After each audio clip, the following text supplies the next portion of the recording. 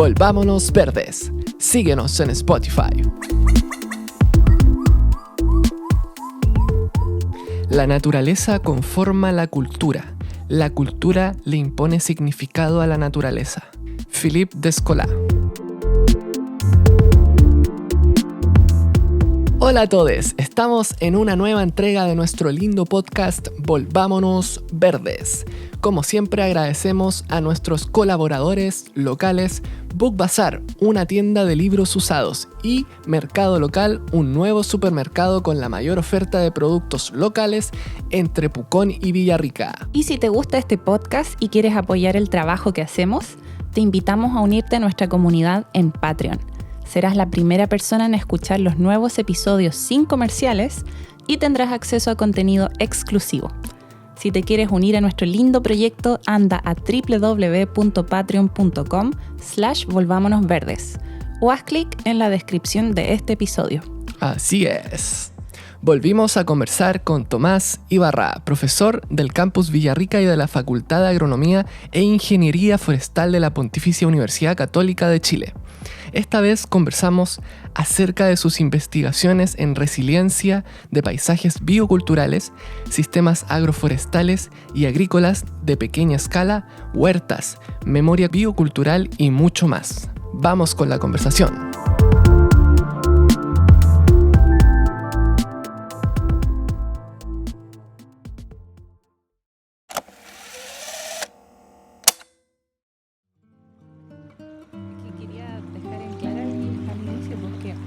Habíamos tenido una conversación hace ya más de un mes, me parece. Sí, en marzo. Sí, y te queríamos preguntar sobre todo lo que tú haces, todas las investigaciones, pero que engloban tantos temas diferentes, que al final dijimos, bueno, vamos a hacer la primera parte que iba a estar más enfocada en la red de nidificadores, en aves, comunidades de aves, en ecología, y esta segunda parte iba a estar más relacionada a la memoria biocultural, a las huertas, que en el fondo estamos de nuevo haciendo esa separación, como entre ciencias naturales y ciencias sociales, siendo que no están tan separadas como uno pensaría. Están muy relacionadas también. Sí, claro. Bueno, primero agradecer de nuevo la invitación. Muy contento también de poder, en esta oportunidad, poder conversar alrededor de las huertas, de la agroecología, la memoria biocultural, que es un ámbito que nos apasiona y que también trabajamos en colectivo en este territorio, desde el sur de Chile, pero como comentábamos anteriormente, con este correlato de problemáticas que están ocurriendo a escala global. Y claro, nosotros ya no hacemos la distinción entre ciencias sociales y ciencias naturales, también reconociendo que hay otros saberes que están ahí y que son muy propios también de lo que hacemos y que son muy necesarios para entender y poder gestionar estos sistemas agrícola. Y también reconozco que en todos estos años trabajando acá ha sido muy desafiante el poder vincular en estos programas que se relacionan con el bosque, se relacionan con los sistemas agrícolas, con la gente, con los insectos de las huertas, con las plantas. Pero finalmente lo que nos ha servido como paraguas para esto ha sido la memoria biocultural, ha sido los sistemas complejos. Y creo que ahí de una u otra forma todas las cosas convergen. Y tú partiste al principio estudiando más ciencias naturales, ¿no? Aves, comunidades de aves, y después transitaste hacia estas ciencias sociales o las fuiste uniendo. Sí, claro.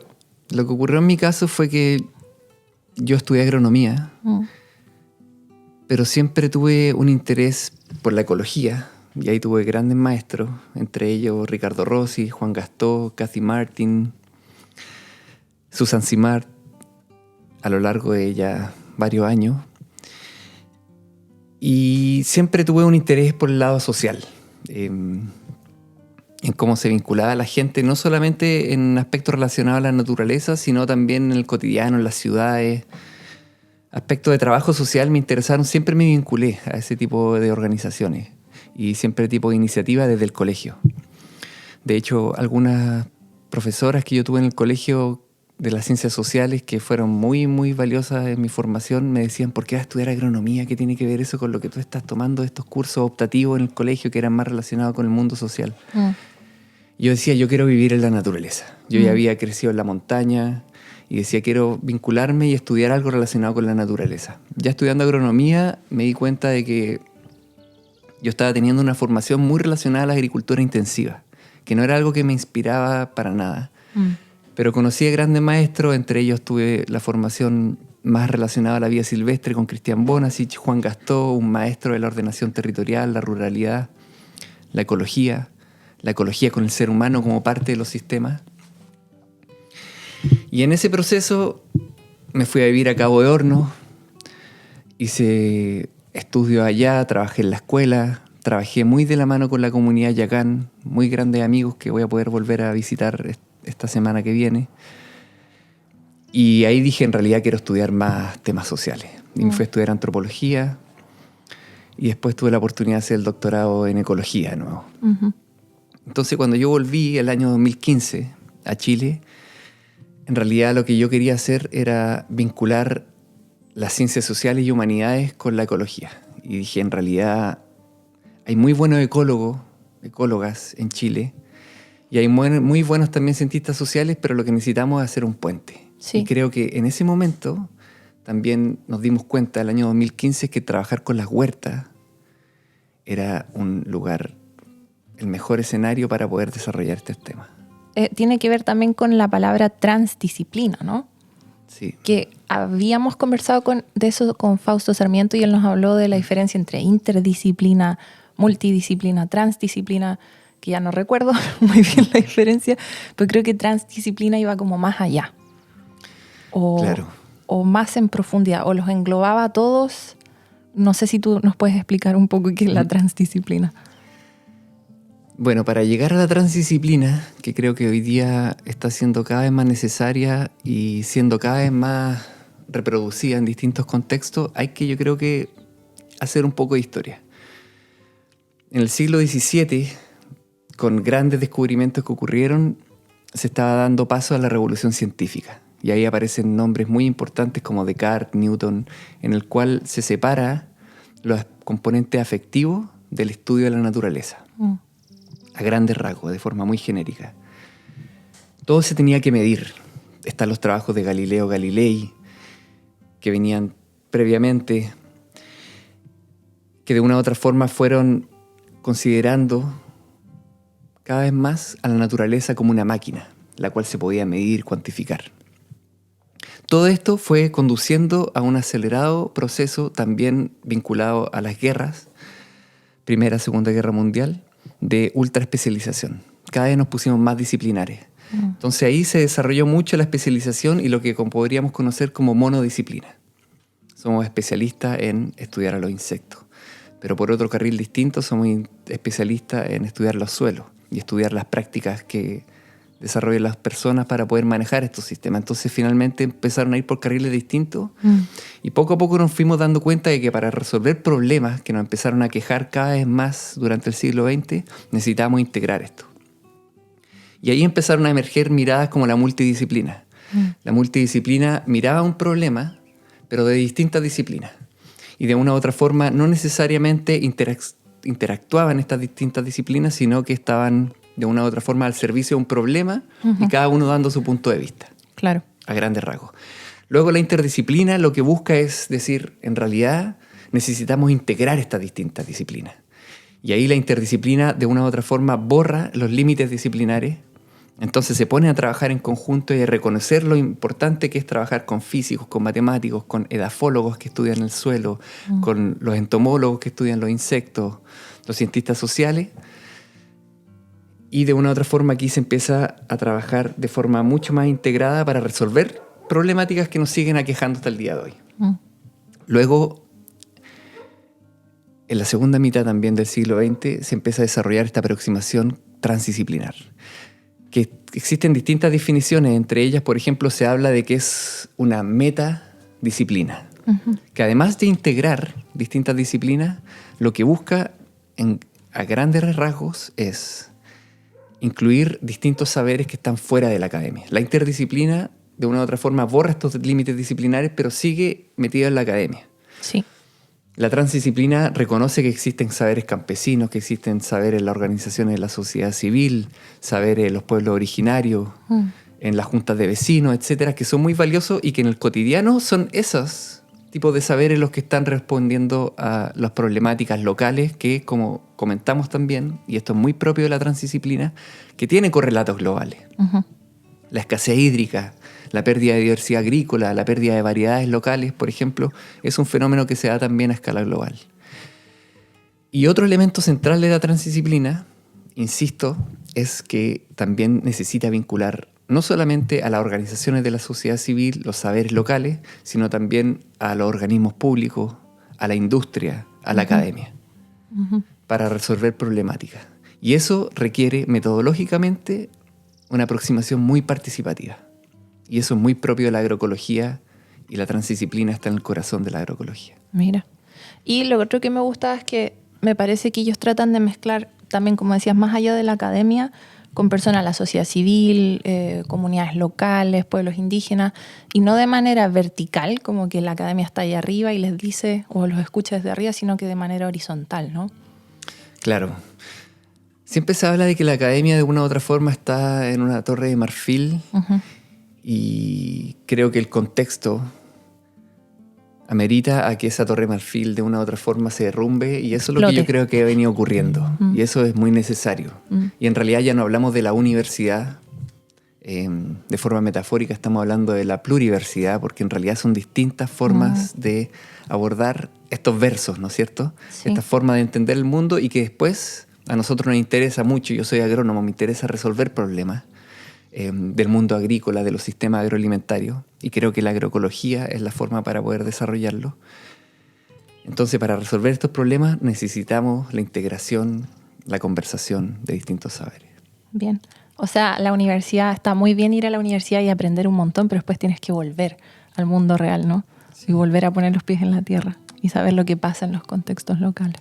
Sí, incluso no es solamente quizás ir a la universidad y volver, sino que todo ocurre en simultáneo. Claro. Todo ocurre en simultáneo, y así es el cotidiano. En el cotidiano no estamos separando el que conocemos los bichitos del suelo, sino que está todo ocurriendo de forma simultánea. Nos relacionamos con nuestras familias, nos relacionamos con las plantas, nos relacionamos con lo que nos alimentamos, y no estamos separando, sino que está todo ocurriendo de forma muy al minuto. Sí. Y eso es interesante porque también se vincula a otros conceptos que podemos conversar, como la resiliencia. Y habías mencionado la agroecología. ¿Es tan simple como que mezcla agronomía y ecología, o qué quiere decir agroecología? Es simple, pero a su vez es complejo. Efectivamente mezcla la agronomía o la agricultura con la ecología, y se funda en explorar estas relaciones sociales y ecológicas que se vinculan a los sistemas agroalimentarios. Pero a su vez la ecología o la agroecología en realidad es un conjunto de conocimientos, de prácticas y de movimientos políticos. ¿Y por qué enfatizo lo plural? Conocimientos porque, como comentábamos antes, debe integrar distintas formas de entender los sistemas agroalimentarios. Prácticas porque en realidad, como comentábamos también recién, en el cotidiano, al manejar sistemas agroalimentarios, el manejo del suelo, el manejo del agua, el manejo del clima, todo eso son prácticas que se dan en los sistemas agrícolas, y que, si se entienden de forma holística, como lo hacen los campesinos, como lo hacen quienes alimentan al mundo, la agricultura familiar, se desarrolla de forma holística. Y entonces son un conjunto de prácticas. Y algo que ha emergido con mucha fuerza, y que yo diría que está hoy día muy en boga en discusiones tanto técnicas, tecnológicas, relacionadas a la agricultura y los sistemas agroalimentarios, es que la agroecología tiene un componente de movimientos políticos muy importante. Es una mesa de 3 patas, en las cuales están las prácticas, los conocimientos, los movimientos. Y los movimientos me refiero aquí desde lo que hacen de forma silenciosa, pero con convicción política, muchas agricultoras, agricultores en sus propias huertas, hasta movimientos más articulados que pueden ocurrir a escala de cuenca para poder reducir los circuitos de comercialización de los productos agrícolas, O también lo que ocurre en organismos públicos cuando intentan, por ejemplo, INDAP, a través de nuevos programas de transición agroecológica, el poder movilizar estas temáticas para poder transicionar o escalar, como decimos en agroecología, hacia sistemas más justos, más resilientes. Porque no hay que olvidarse de que la agricultura ha generado o genera impactos enormes a la biodiversidad, al cambio climático, lo que, como se dice, la contribución de gases de efecto invernadero que hace la agricultura, por no mencionar la ganadería, cambios de uso de suelo, fertilizantes, exceso de nutrientes, todo eso se necesita lo que tú estás diciendo de agroecología, considerando todo eso. Sí, claro. En realidad, todo esto se vincula a un montón de factores que de una u otra forma desembocan hoy día en que promovamos la agroecología. Pero sus orígenes están en la Revolución Verde, mitad del siglo XX, el desarrollo acelerado de una agricultura industrializada. Que fue quizás demasiada especialización también.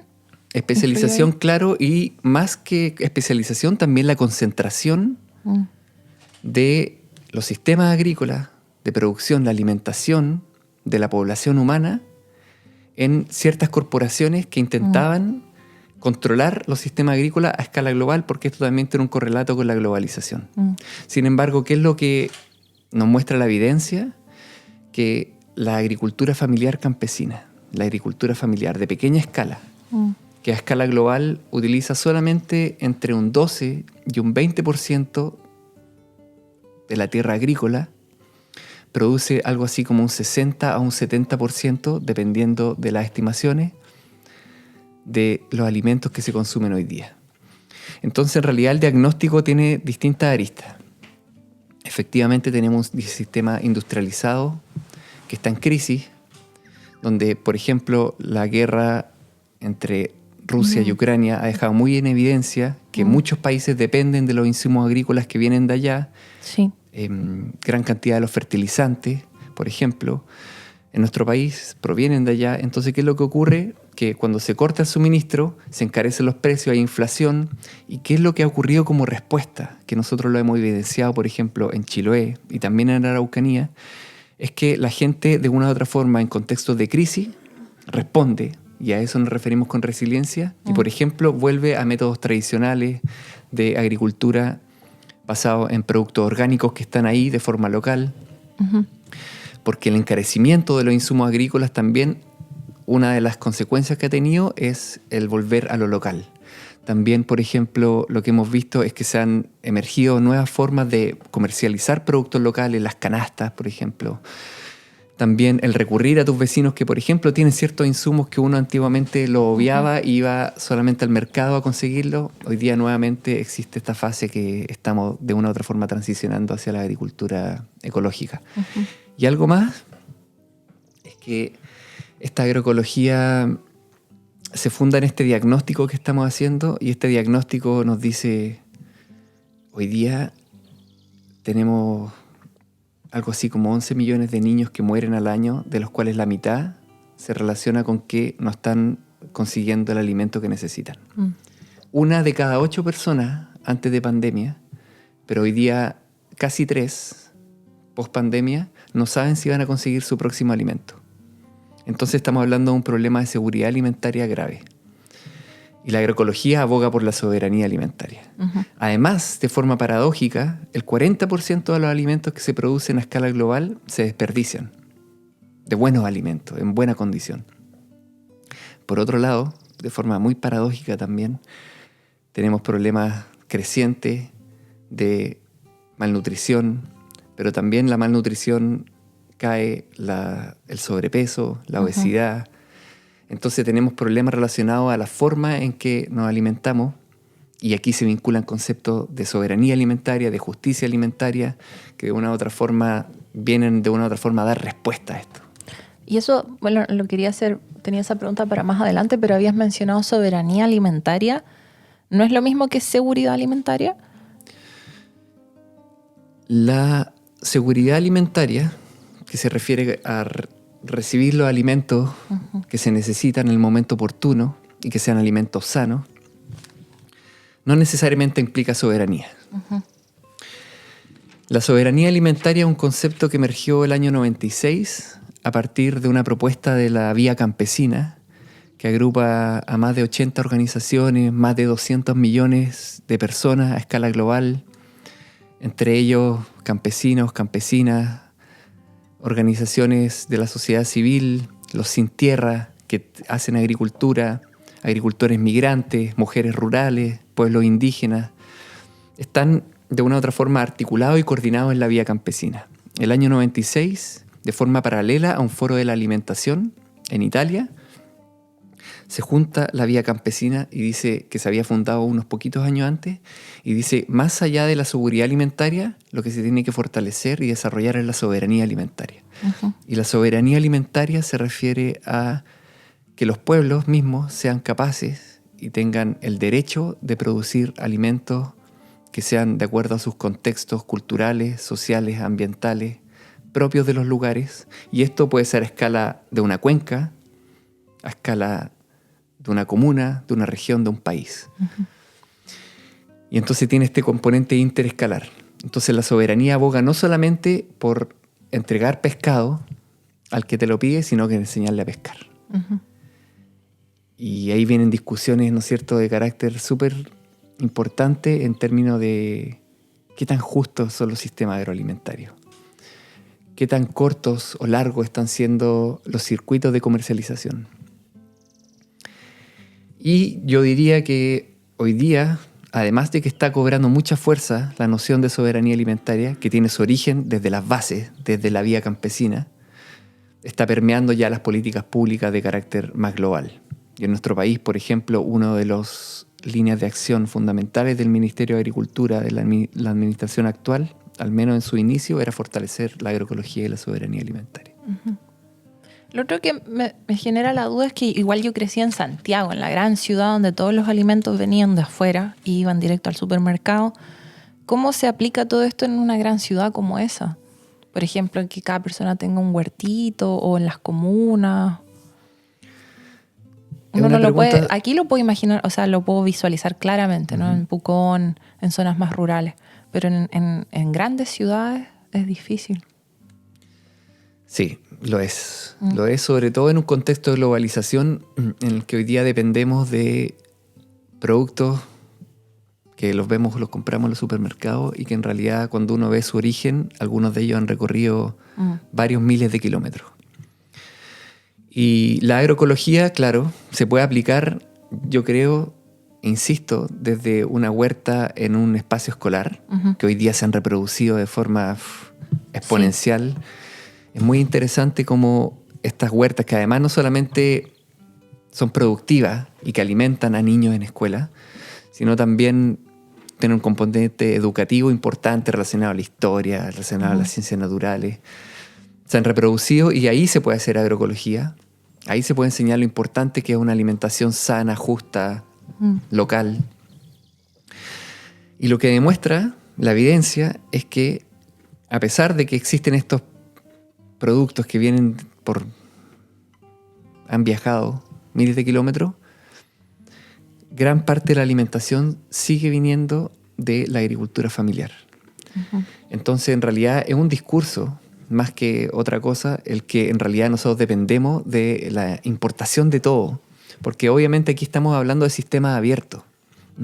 Pero la transición agroecológica, que al menos yo creo que es la forma de avanzar hacia sistemas más justos de alimentación, es paulatina, es una transición y lo que requiere es reconocer que, primero, la base de nuestra alimentación, el 60 al 70% a escala global, está en manos de la agricultura familiar. Uh-huh.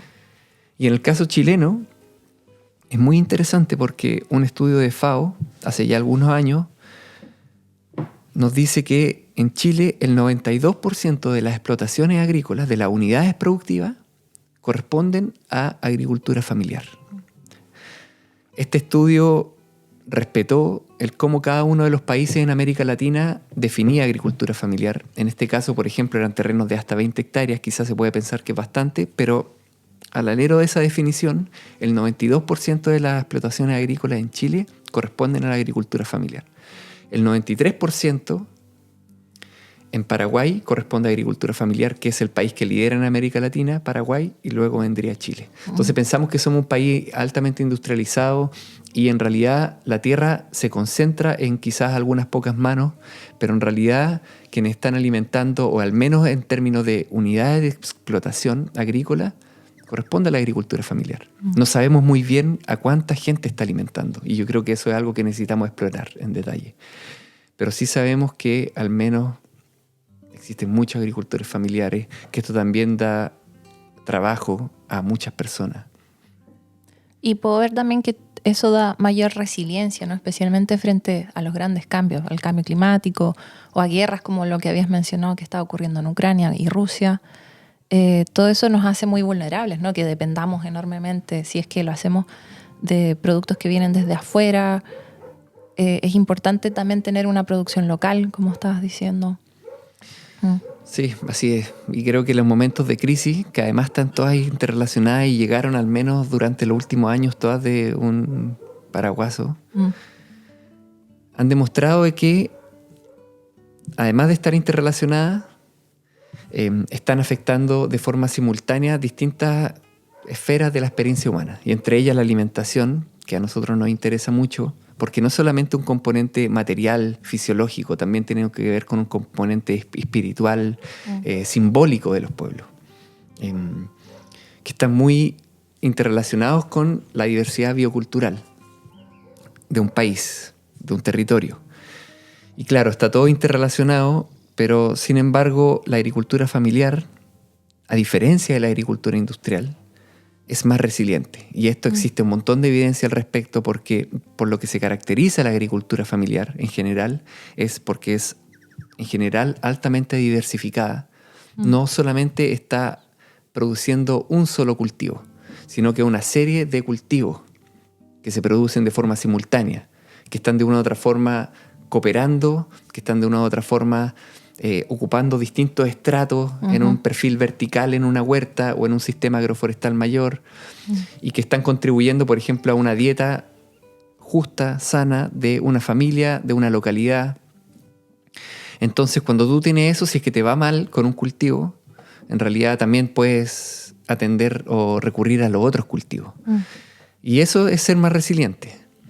Cuando tú tienes un cultivo multiestratificado, que es muy característico de las huertas, por ejemplo, en realidad está haciendo un uso muy eficiente del agua, porque el agua está recurriendo, ¿no es cierto?, a los cultivos de tubérculos, se está evaporando, evapotranspirando le llamamos en agricultura, pero ahí también está siendo capturado por distintas plantas, distintos estratos, y esto también está entregando hábitat a distintos organismos, pájaros, insectos benéficos. Nosotros hemos estudiado aquí muchas huertas en el territorio funcional que va desde Curarrehue, Pucón, Villarrica, Loncoche, además de en Chiloé.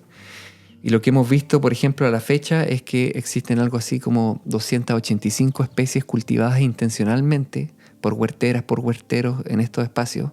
En algunos casos estamos hablando de espacios de 50 metros cuadrados, pequeñitos. En otros casos hasta media hectárea, tampoco son muy grandes. Y en esos espacios se cultivan muchas especies de forma intencional, que responden a distintos requerimientos nutricionales, y no solamente nutricionales, sino también culturales de la familia, de las comunidades. Hemos registrado más de 500 variedades, 543 si no me equivoco, variedades de cultivos. Y además también, por ejemplo, una serie de prácticas muy antiguas y otras que se han ido incorporando, muy propias de la agroecología, muy propias de la llegada de nuevos habitantes a los territorios, que de una u otra forma van construyendo y haciendo más resiliente este sistema. Un caso bien emblemático, bien característico de acá, por ejemplo, son los porotos. Existe un proyecto, Porotarium Austral, el cual ha registrado algo así como 70 variedades de porotos que se cultivan en estos territorios. El trabajo de biodiversidad alimentaria habla, si no me equivoco, de 68, 69 variedades. Y algunos de estos porotos, hay un sitio arqueológico, Cueva de los Catalanes, cerca de Tirúa. Hay registros de porotos ahí de 1200 años de antigüedad. Entonces, este lugar, Hualmapu, Araucanía, en realidad tiene una historia de domesticación, de diversificación de porotos que es muy interesante. Y los porotos fueron domesticados inicialmente en la zona norte de los Andes, en México. Entonces, hace 1200 años, antes de la llegada de la colonización europea, ya existían cultivos que se habían movilizado desde Mesoamérica, desde el norte de Sudamérica hasta acá. Y eso nos habla de una relación histórica, agrícola, de información, de saberes sobre la agricultura, de comercialización, de lenguajes que se intercambiaban, que ya ocurría hace mucho tiempo. Lo mismo con los maíces. En esa misma cueva hay registros de maíces de 600 a 700 años. En Tirúa. En Tirúa. Wow. Cueva de los catalanes. Lo que también veo en todo eso que cuentas es una diversidad en la dieta misma que uno está consumiendo. Que recuerdo, en un momento vivíamos en Santiago, mi mamá tenía alergia al gluten, entonces tenía que dejar de comer trigo. Y empezamos a ver que tiene trigo en el supermercado. Todo tiene trigo. Al final veíamos que como se dice, en los pasillos, veías un pasillo aparentemente distintos productos, pero todos eran la misma cosa multiplicada. Estábamos siempre comiendo lo mismo, era como una monodieta de trigo. Y lo que tú nos estás contando es lo contrario a eso, es como una diversidad casi infinita de distintos nutrientes, de distintos alimentos, que me imagino nos hace bien. En general, la diversidad tiende a efectivamente a tener una dieta más sana.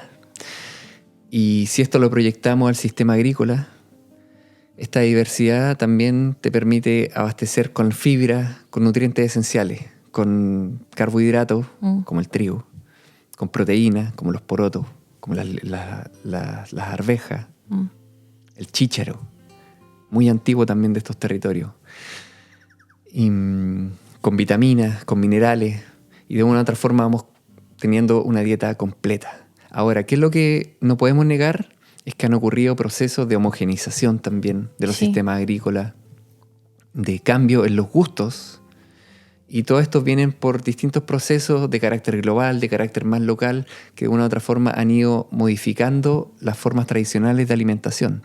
A pesar de que también existe un resurgimiento de la agroecología, de recomponer un poco estos sistemas agrícolas y alimenticios de forma más sana, en realidad también existe este proceso que va por los otros lados, que nosotros lo hemos explorado en estos territorios y hemos visto que la alta privatización ha producido una reducción de los tamaños de las tierras en los cuales ahora la gente tiene que negociar entre qué produce. Y eso de una u otra forma también implica en a veces reducir la diversidad de cultivos que tú tienes. Antes tenía un espacio para ganado, por ejemplo, hoy día lo reduce y tienes que recurrir a comprar carne, entre otros productos agrícolas. También, por ejemplo, el sistema de educación formal, hemos visto que también ha impactado los sistemas agroalimentarios locales. El sistema de alimentación escolar que se desarrolló en la década de los 60, en general, hasta el día de hoy, promueve una dieta que es alta en contenido calórico, que viene en muchos casos de las grandes urbes y se moviliza hasta escuelas que están en muchos casos en lugares bien recónditos, cuando en muchos casos también esas escuelas están produciendo y podrían basarse fundamentalmente en una dieta que responde más a lo local. Sí. Mientras más lejos está la escuela, en muchos casos los alimentos vienen más procesados, más desde la industria. Y eso también tiene que ver, bueno, lo hemos visto en territorio rural, por ejemplo, los niños en muchos casos, cuando llegan a séptimo, octavo básico, se van a los internados y luego ahí cambian sus gustos. Y cuando vuelven los fines de semana, de vuelta a sus comunidades, en muchos casos ya tienen gustos distintos, ya no quieren seguir consumiendo los alimentos que se producían tradicionalmente en la comunidad, sino que ya vienen con una dieta y las madres, los padres, los abuelos quieren consentir eso y de una u otra forma siguen entregando estas dietas. Entonces el desafío es múltiple y hay una serie de otros factores. Hemos hablado del componente de la privatización, de la reducción de los tamaños de parche, el sistema educativo, también está la política pública, que creo que ahora está cambiando con la nueva administración, la convicción con la cual está trabajando INDAP hoy día con distintos programas como el de transición agroecológica, cambio en el espíritu, en cómo está trabajando, programas tan emblemáticos que llegan a tantos territorios como el Programa de Desarrollo Territorial Indígena, el PDTI, el PRODESAL. Creo que han cambiado un poco el discurso, pero en general antes tendían mucho, históricamente, a la especialización. A la especialización en un rubro. Entonces, a un agricultor que producía miel con sus abejas, que tenía huerta, que tenía unos pocos animales, le decían en realidad, si que quieres obtener algún tipo de subsidio, tienes que especializarte en un rubro. Y eso, por ejemplo, tenemos un caso muy conocido de una amiga de Rinconada que nos decía, yo tenía mieles, producía miel, y de una u otra forma se me incitó a especializarme en esto. Y lo que ocurrió es que me entró la borra, una enfermedad, y se me acabó la producción y me quedé sin nada. Cuando antes tenía una serie de otros elementos productivos dentro de mi predio. Que tanta especialización le hace vulnerable a uno. Claro. Y en general la globalización, nociones, ¿no es cierto?, del costo alternativo de tener distintos cultivos que vienen de la economía clásica, de una u otra forma, a lo que conducen, esto sumado a la educación, esto sumado a la política pública, el empequeñecimiento de los terrenos, todo esto conduce de una u otra forma a esta homogenización biocultural. Nada que ver, pero es lo mismo que se ha visto en los monocultivos forestales, pues, que son más vulnerables a las plagas, a los incendios, a las enfermedades, a todo. Exacto. Sí. Estamos viendo las señales por todos lados. Y lo otro es que también en estas huertas, que ya nos metimos en el tema de las huertas, aumenta la biodiversidad, me parece, también de insectos, de aves. Como habías dicho que había más heterogeneidad. Sí, en las huertas se cultivan tubérculos, se cultivan hierbas, arbustos, y en las huertas más antiguas también existen árboles, a pesar de que en general en los sistemas productivos aquí se tiene un espacio distinto que es la quinta, en la que se producen estos árboles frutales, en las cuales también a veces se meten animales, y está otro parche para la chacra, en los que se producen las papas, el maíz, que requiere menos cuidado que una huerta, menos cuidado cotidiano. Están los parches también destinados quizá a un pastizal pequeño para los animales, algunos árboles de bosque nativo. Y en las huertas más antiguas nosotros hemos visto que también incluso ahí están algunos árboles. Toda esta heterogeneidad lo que contribuye a una mayor diversidad biológica. Y como hemos estado conversando, estos son sistemas más resilientes. A mí me atrae mucho la noción de resiliencia porque existen distintas definiciones. Emergió desde la ingeniería, que hablaba de que luego de alguna perturbación el sistema vuelva a su origen. Pero en este caso a mí me gusta, en un contexto social ecológico de sistemas complejos, hablar de que en realidad no es volver al origen, porque ¿dónde está el origen? Es como el rebotar y volver, sino que es el aprender de las crisis y el seguir manteniendo componentes identitarios del sistema. Y esto se puede ver de múltiples formas, pero en los sistemas agrícolas podemos hablar de la composición, de la estructura de una huerta, un sistema agroforestal, y del funcionamiento. Mantener ciertos aspectos de esa identidad luego de una crisis hace que sea más resiliente el sistema. Y esto también podemos hablarlo en contexto humano, mantener ciertos aspectos, ¿no es cierto?, de nuestra forma de ser, de nuestra identidad, de nuestra lengua, de nuestra forma de hacer agricultura luego de crisis, o que se vea fortalecido en algunos casos, ciertas prácticas. Todo esto nos está hablando de la resiliencia del sistema. Y yo, en particular, me gusta la resiliencia porque está hablando de la hora, de la transformación, de los sistemas complejos que están abiertos a influencias de crisis, de cambio en política pública, de crisis económica, de inflación, de guerras. La resiliencia está hablando de lo inmediato, de la transformación de la hora. Mientras que en muchos casos, la sustentabilidad, por ejemplo, la sostenibilidad, que también a veces se ocupan como sinónimo, no están hablando de un futuro. No están hablando de algo que viene hacia el futuro, de algo que tenemos que mantener para las futuras generaciones.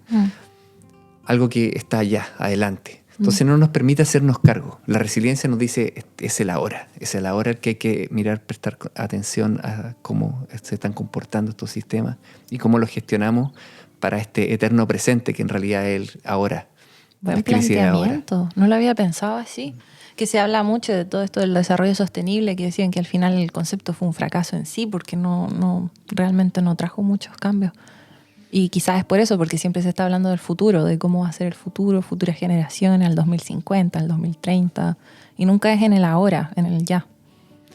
Claro, estamos hablando de sustentabilidad de mediados del siglo XX, con el nacimiento del Club de Roma, entre otras iniciativas.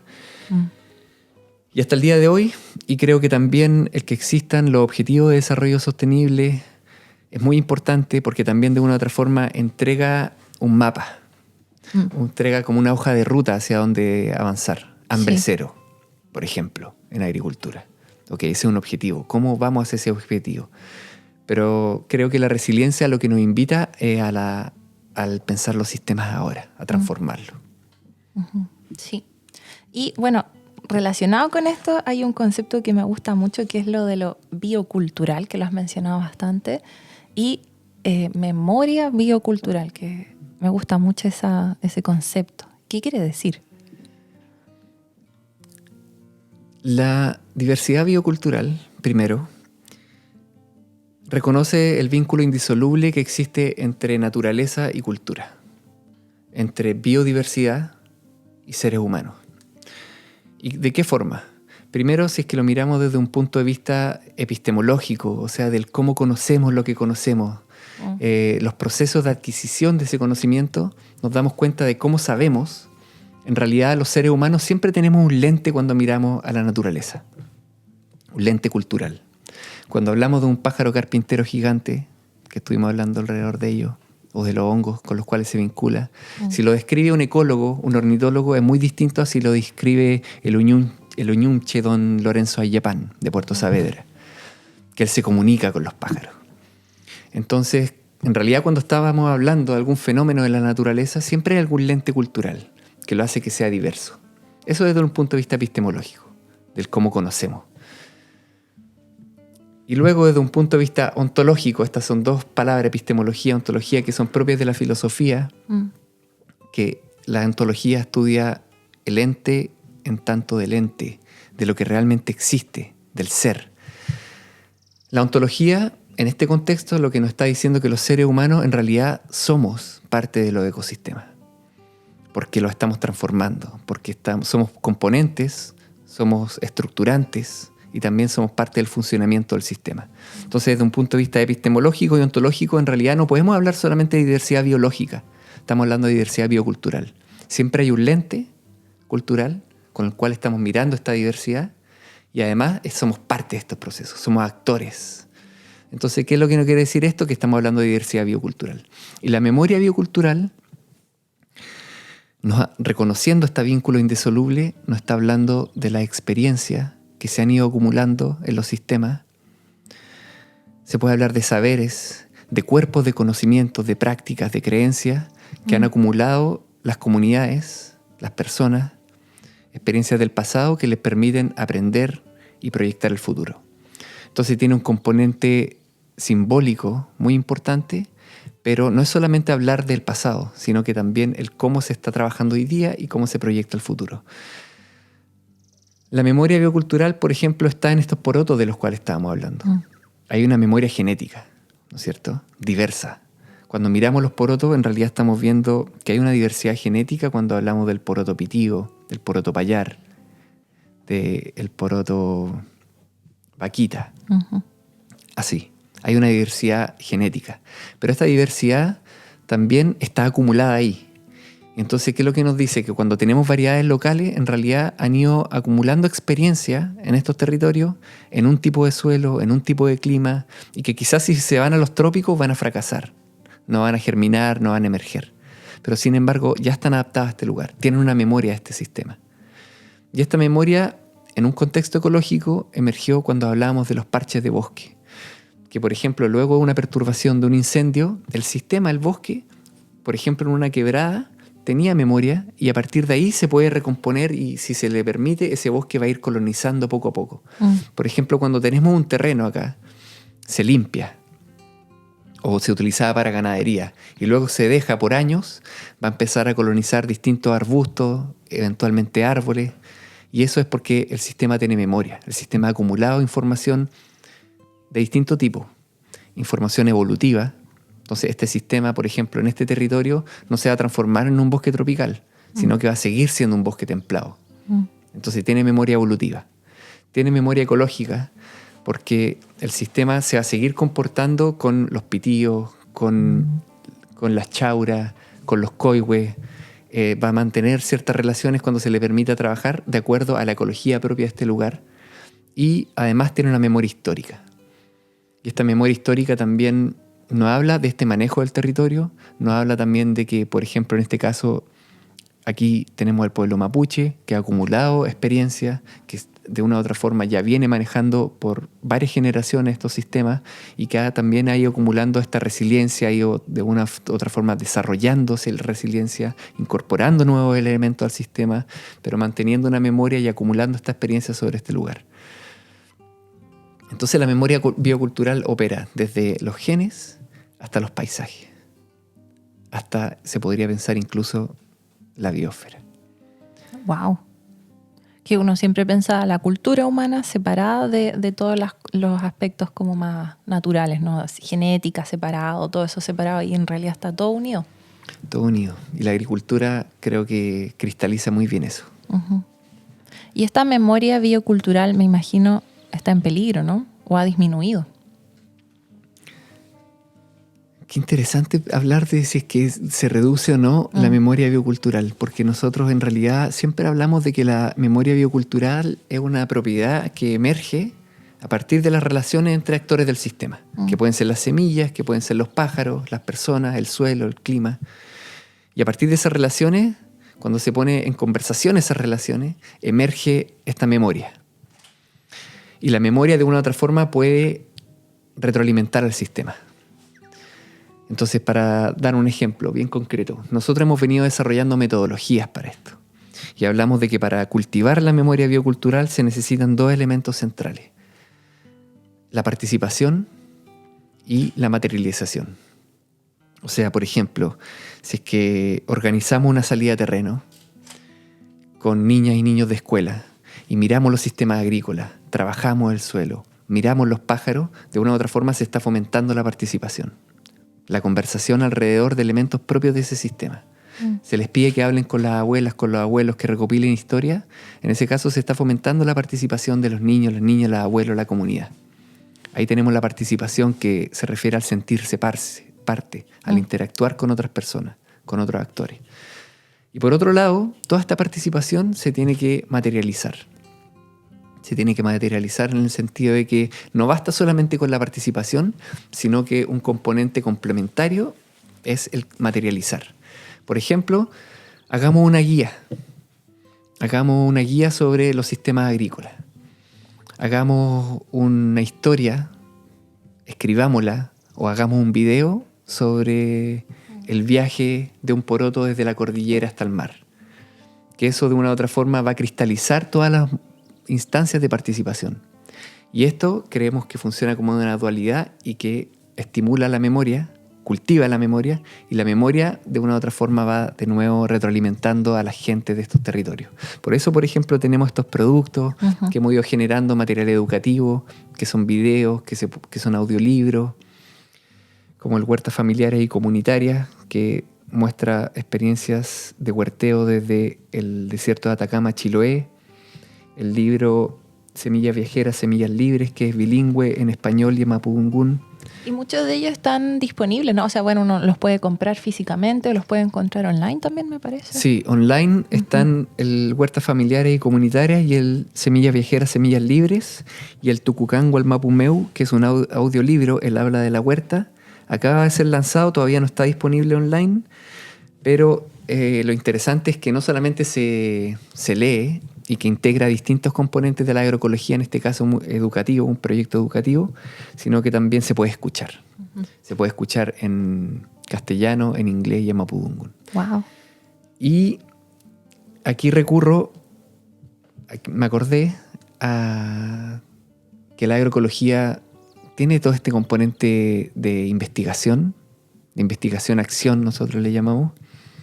Tiene todo este otro componente de participación en política pública, y aquí en nuestro caso hemos trabajado fuertemente, un trabajo liderado por Francisca Santana, por Constanza Monterrubio, por Josefina Cortés, Ese trabajo que desarrollamos en Chiloé, en Araucanía, junto al Centro Latinoamericano para el Desarrollo Rural, trabajar desde las bases para poder, en un proceso que le llamamos diálogos propositivos por la agricultura familiar, con distintas organizaciones, cooperativas de consumo, con organizaciones campesinas, representantes de pueblos originarios, se generó una propuesta de política pública.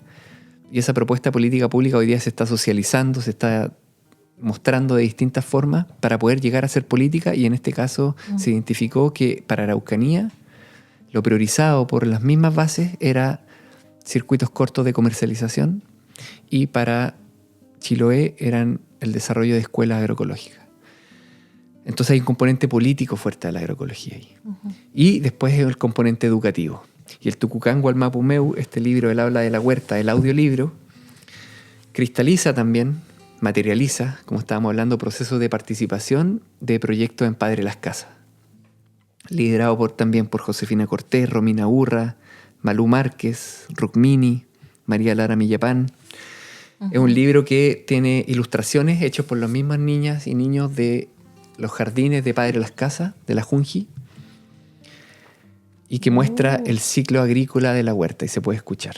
Así que también es una invitación a verlo. Que los materiales que ustedes producen son súper bonitos, y he visto varios.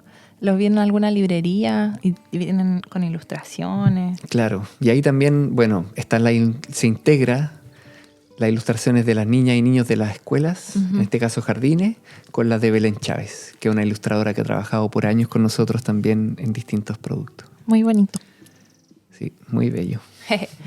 Bueno, pero es que yo no sé dónde leí que a medida que te preguntaba antes lo de si estaba en peligro la memoria biocultural o si estaba disminuyendo, debido a que me parece que hay una relación entre disminución de biodiversidad y disminución de culturas, ¿no? De diversidad cultural o biocultural. Sí, así es. De hecho, el contexto en lo que tú mencionas es muy dramático. Nosotros nos preocupamos mucho por la diversidad biológica, y se estima que en este siglo, de aquí al 2100, se va a perder, de acuerdo a las distintas estimaciones que existen, algo así como un 20-25% de la diversidad biológica que existe a escala planetaria.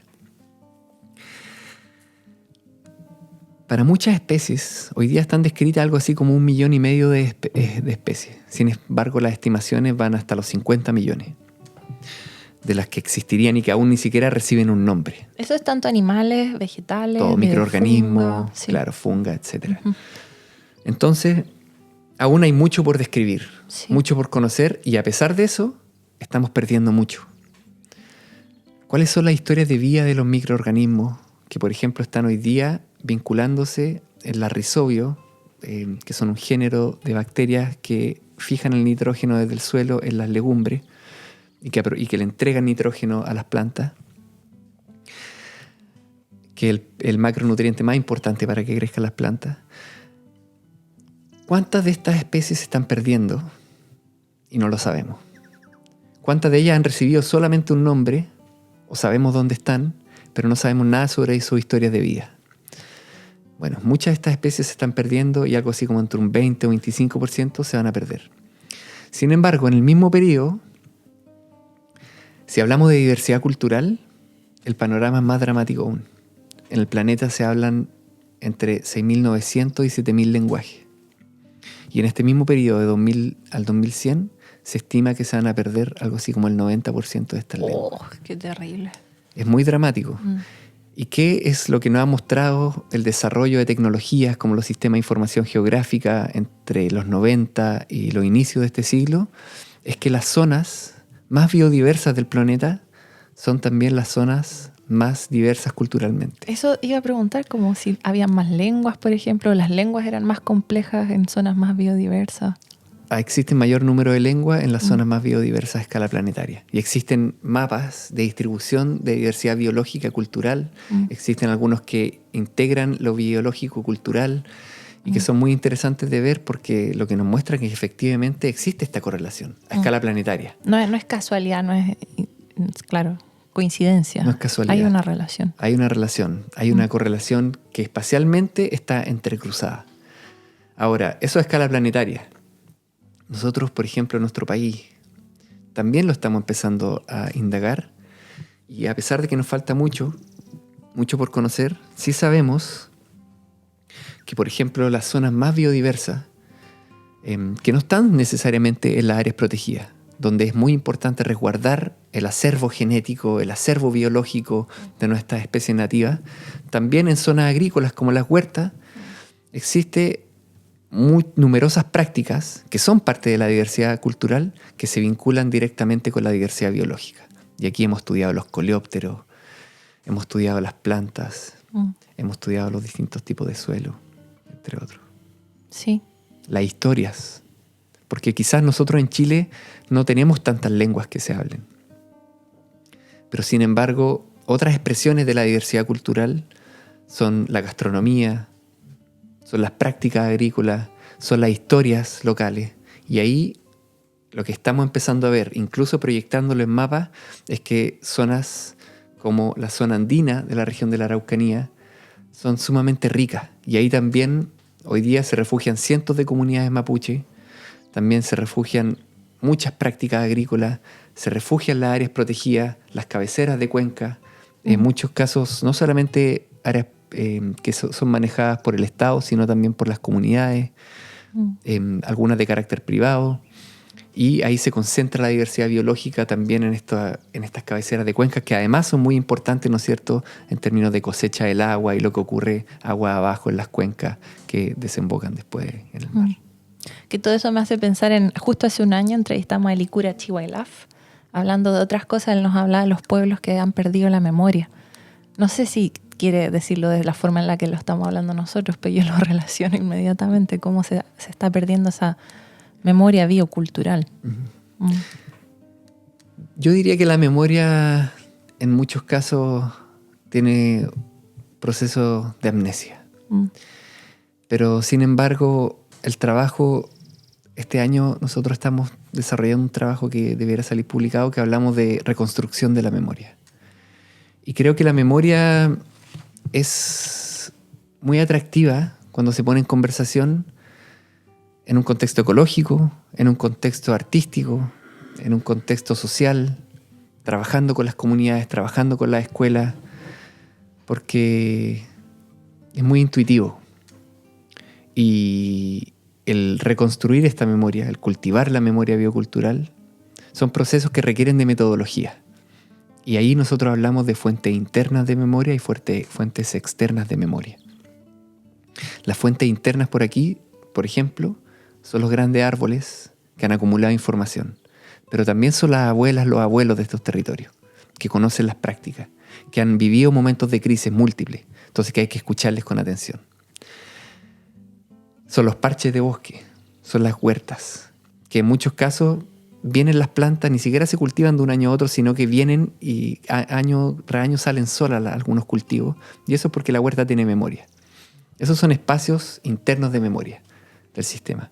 Pero también, por ejemplo, en un proyecto que tuvimos aquí con escuelas de Pucón, de Curarrehue, invitamos a ciertas instancias que le llamábamos los gran diálogos de la memoria a representantes de otras comunidades, entre ellos, por ejemplo, don Lorenzo Illapán, con toda su narrativa sobre el bosque, sobre las aves, las traíamos, y también son fuentes externas de memoria que de una u otra forma pueden apoyar en estos procesos de reconstrucción, de cultivar la memoria. Entonces existen fuentes externas, por ejemplo, que yo creo que es muy importante recurrir a los relatos históricos que están ahí guardados en archivos, en algunos casos en bibliotecas, en escuelas, en otros lugares. Se pueden traer, se pueden empezar a hacer actividades tan sencillas como cuentacuentos, se pueden hacer recorridos por el bosque, por las huertas, y todo eso son formas de participación que se tienen que materializar y que van cultivando, reconstruyendo esta memoria. Y así vamos nutriendo esa memoria biocultural, ¿no? O reconstruyendo, como habías mencionado. Es que habíamos hablado ya harto de huertas y tenía preguntas de huertas para el final, pero muchos de los aspectos ya los mencionamos. Lo del valor de las huertas en la biodiversidad, en soberanía alimentaria, en resiliencia, el valor también de las semillas nativas, no lo mencionamos directamente, pero se entiende, ¿no? De que proteger las semillas nativas implica que uno está protegiendo la genética que tienen también, la memoria en sí. Claro. Y ahí de lo que estamos hablando de la memoria es, claro, este acervo genético que ha sido domesticado en estos territorios durante generaciones, las semillas tradicionales, las semillas nativas, que están adaptadas a estos climas, que están adaptadas a estos lugares y que son propios de las comunidades que las han de una u otra forma generado, que han desarrollado estos procesos de domesticación. Y que existe también esta preocupación que cómo se van a ver afectadas por eventuales acuerdos transpacíficos, que de una u otra forma también existe la preocupación de los procesos de privatización de esta semilla, cuando en realidad nosotros reconocemos fuertemente aquí en el Campus Villarrica, en la Universidad Católica, que este acervo es patrimonio bicultural de los pueblos que lo han desarrollado. Y ahí creo que también en un contexto de transdisciplina es muy importante que nosotros, y creo que está en el centro de la agroecología, y creo que por eso es tan atractivo, es que desde un espacio como la universidad en Villarrica, en esta localidad tan pequeña, si pensamos a escala nacional, a escala planetaria, podemos apoyar procesos locales relacionados a la soberanía alimentaria, a la agroecología, a través de la educación, a través del desarrollo de talleres, a través de la participación en una propuesta de política pública, pero en realidad no tenemos que liderar estos proyectos. Y eso yo creo que está en el corazón de la agroecología. La academia tiene que apoyar procesos de carácter social ambiental que están ocurriendo, pero como un actor más, dentro de un entramado que en este caso aboga y trabaja por la soberanía alimentaria. Sí. Y lo otro, bueno, quería comentar que todo esto que he leído en tus trabajos, también de Fausto Sarmiento, de biocultura, me han cambiado un poco la noción que tenía del ser humano como un ente destructor. Que uno queda con esa noción al ver documentales o incluso estudiando ecología en mi caso, veía que todo lo que hacíamos en términos políticos, económicos, productivos, en cómo es nuestra sociedad, producíamos daño, impactos. Y si los disminuíamos un poco, entonces el impacto era menor. Y eso era lo que estaba buscando. Pero lo que estoy viendo ahora es que somos un componente más dentro de todo este sistema que también, se le podría decir, tenemos efectos positivos. No sé si se le puede decir es positivo, pero influimos también en la biodiversidad, como decías, incluso con la domesticación. Somos un componente más, no podemos simplemente hacer desaparecer al humano. Sí, me acordé cuando hablas de domesticación de El Principito, cuando habla de que la domesticación entre el zorro y el niño era generar lazos. Y creo que ahí eso está en el centro de la conversación, el generar lazos. Y eso quiere decir que los seres humanos somos parte de estos sistemas y que generando lazos a través de la domesticación diversificamos.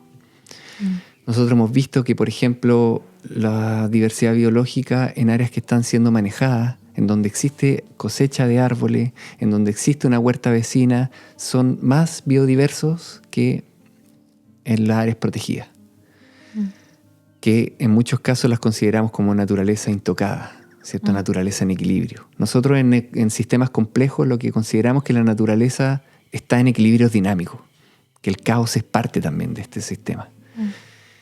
Y en ese contexto, los seres humanos sí, diversifican a través de la generación de terrazas, de cultivo, que por ejemplo distintos suelos, distinta exposición, distinta humedad, van a través del tiempo generando nuevas semillas adaptadas a distintas condiciones. También hoy día existen las llamas, existen las alpacas, que son los parientes domésticos del guanaco y de la vicuña, y eso es por procesos de domesticación de los seres humanos de miles de años, en los cuales hemos ido seleccionando ciertos rasgos de las especies y que permiten diversificar. Hoy día existen 4 camelídeos sudamericanos y no solo 2 silvestres. Hemos podido generar diversidad biológica a partir de nuestras acciones, a partir de generar lazos. Pero también tiene un componente negativo la domesticación, ¿no? Por ejemplo, el caso de los perros y los gatos que los domesticamos, que eran especies, como se dice, salvajes, que las tomamos, ¿no? Que generamos lazos con ellas, las fuimos cambiando y ahora tenemos el problema que están esparcidos por todo el mundo y están poniendo en peligro la biodiversidad nativa de cada lugar. Sí, claro. Se nos fue de las manos. Cuando se nos va de las manos. Pero sí. En el caso del perro, por ejemplo, y en general de las especies domésticas, plantas, animales, es muy importante reconocer que nosotros somos lo que somos, somos seres humanos por la presencia de ellas. Y en realidad ahí también uno podría recurrir a una conversación sobre la agricultura, 12.000 años atrás, cuando se inicia un proceso de domesticación. En muchos contextos se habla de que la agricultura fomentó el sedentarismo, fomentó el dominio de la naturaleza por parte de los seres humanos. El control. El control. Pero yo creo que también se profundizó un conocimiento, se profundizaron los procesos de domesticación que ocurren de forma continua hasta el día de hoy.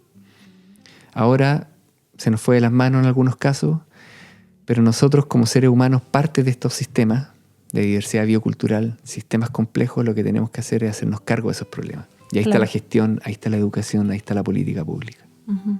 Entiendo. Bueno, Tomás, ¿hay algo más que quieres agregar o algo que no discutimos? No, estoy muy contento de esta nueva participación en esta conversación. Y bueno, en realidad también esto da para muchas cosas, sobre todo el componente educativo que a nosotros nos interesa tanto en el campus Villarrica, donde trabajamos en contacto, en colaboración con muchas escuelas del territorio. Está el proyecto Par Explora, que de una u otra forma influye, ha trabajado con las 32 comunas de la región de la Araucanía, y creemos que ahí está la semillita, ¿no es cierto? A pesar de los contextos de crisis, a pesar de que hace solamente un par de días tuvimos resultados eleccionarios que para nosotros son bien dramáticos, igualmente, a pesar de eso, la semillita está en las escuelas, está seguir trabajando en esos contextos, porque a partir de ahí viene la transformación y el cultivo de la memoria de temprana edad. Me parece. Y me gusta mucho todo el trabajo que ustedes hacen de forma local, que demuestra que muchos de los grandes cambios empiezan como con las cosas aparentemente pequeñas, ¿no? Locales, y que pueden tener una gran influencia. Sí, y ahí está la transdisciplina, creo. Muy bien. Gracias. Muchas gracias. Gracias, Tomás. A ustedes. Agradecemos a nuestros colaboradores que son... Book Bazar es una librería de libros usados ubicada en la aldea Los Álamos de Pucón. Tienen una gran variedad de libros de distintos temas y en variados idiomas. ¿Qué mejor forma de apoyar la economía circular que permitiendo que los libros vuelvan a ser leídos por otras personas? Mercado Local, el supermercado con la mayor oferta de productos locales de Pucón y Villarrica. Ayudemos a impulsar la economía local y el trabajo de huerteras y productores de la zona. No olviden que pueden encontrar todas las fuentes de información de este episodio en volvamonosverdes.cl y muchas gracias a todos nuestros auditores y que tengan una muy buena semana.